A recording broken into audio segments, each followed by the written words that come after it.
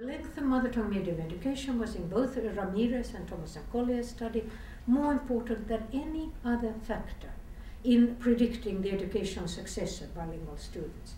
It was also much more important than socioeconomic status, which is something that is extremely vital in relation to oppressed indigenous, tribal or minority students.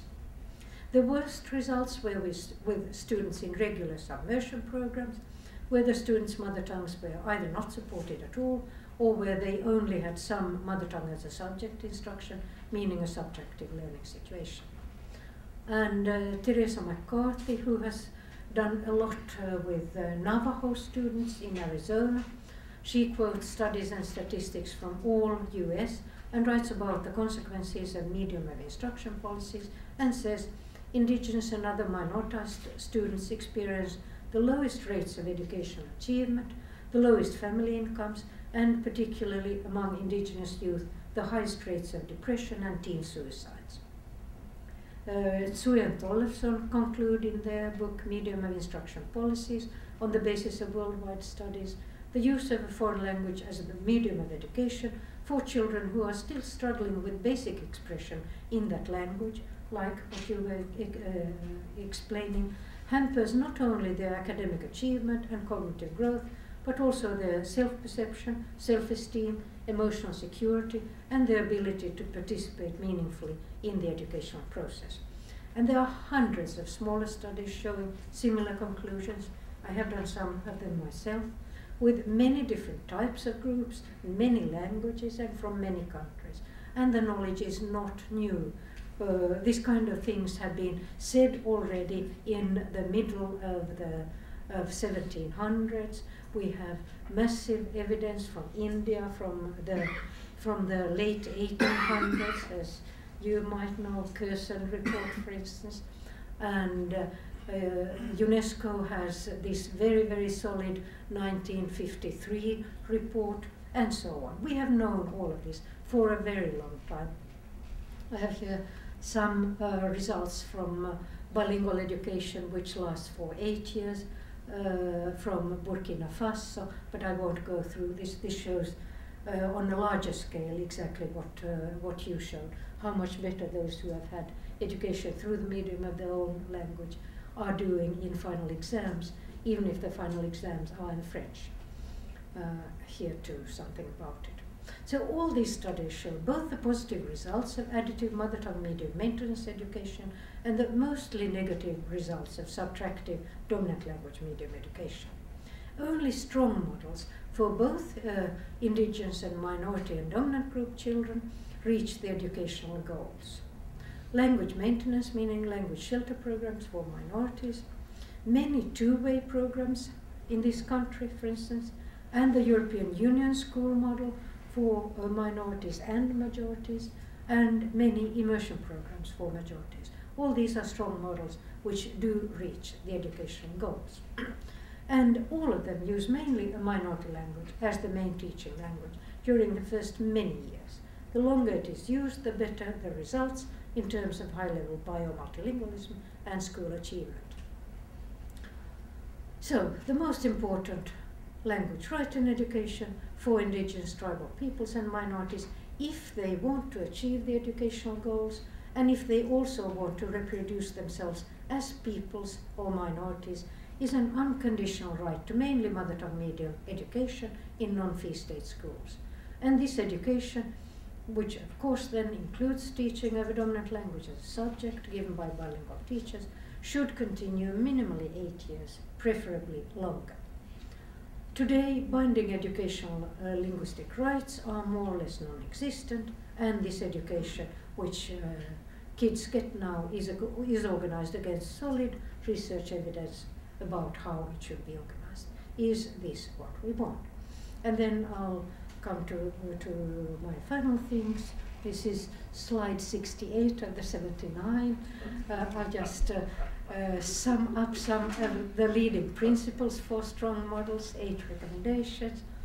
And this comes from a book from 1995 from Ofelia Garcias and my article, a book that I edited, which is called Multilingualism for All.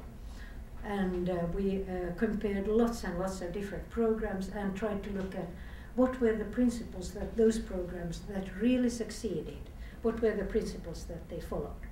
Firstly, support, meaning use as the main medium of education, at least during the first 8 years, that language of the two that the child is supposed to become bilingual in initially, which is least likely to develop up to a high formal level. And this is for all indigenous or minority children, their own mother tongue. For majority children, it should be a minority language. So if we wanted, for instance, to raise the level of intelligence and creativity in this country quite substantially, not one child in this country would need to be educated through the medium of English. Children should initially be grouped together according to their mother tongues. Mixed groups are not positive initially. Thirdly, all children are to become high-level bilinguals, not only minority children. Fourthly, all children have to be equalized vis-à-vis the status of their mother tongues and their knowledge of the language of instruction. Nice phrases about the worth of everybody's mother tongue, the value of interculturalism or diversity for that matter, serve little purpose unless they are followed up in how schools are structurally organized and run. It's possible to equalize the children vis-à-vis their knowledge of the language of instruction in several different ways, but I won't, let me see, I'll just see if I have that. Yes, no, I will jump over that part. 5, all teachers have to be bi or multilingual. A monolingual teacher is a bad role model, and a monolingual teacher cannot help in supporting the development of the metalinguistic awareness where one compares the languages. That is the main causal factor behind the fact that high-level multilinguals can show better results as a group on several cognitive tasks and creativity, cognitive flexibility, divergent thinking than monolinguals. Foreign language should be taught through the medium of the children's mother tongue and by teachers who know the children's mother tongue. All children must study both languages as compulsory subjects through all grades from 1 to 12, and both languages have to be used as media of education in some phase of the children's education, but the progression in how and how much each is used seems to vary for minority and majority children. And I'll jump over how that should be done, but that is in lots of books. And then I'll come to the end. An important reason for maintaining all the world's languages is that linguistic diversity and biodiversity are correlationally and causally related. Knowledge about how to maintain biodiversity is encoded in the small languages, and through killing them, we kill the prerequisites for maintaining biodiversity. And I'll jump over that one and this one and take this. The question, if we are interested in more equity in the world, in reducing the gaps, is in Misra and Mohanty's view. What is the most critical and most cost-effective input, thinking of what Francois said this morning, to change the conditions of poverty, or rather, in Amartya Sen's sense, to expand human capabilities?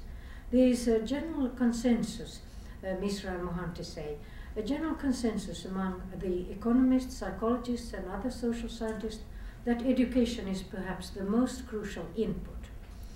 And then what can governments do in order to promote multilingualism and school achievement?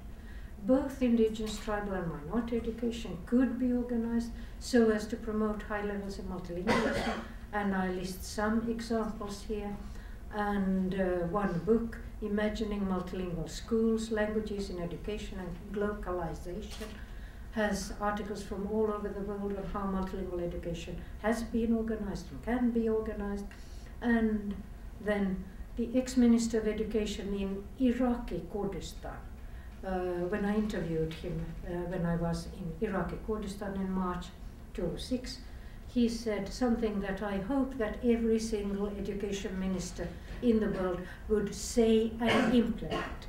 Every child in the world has the right to education through the medium of their mother tongue.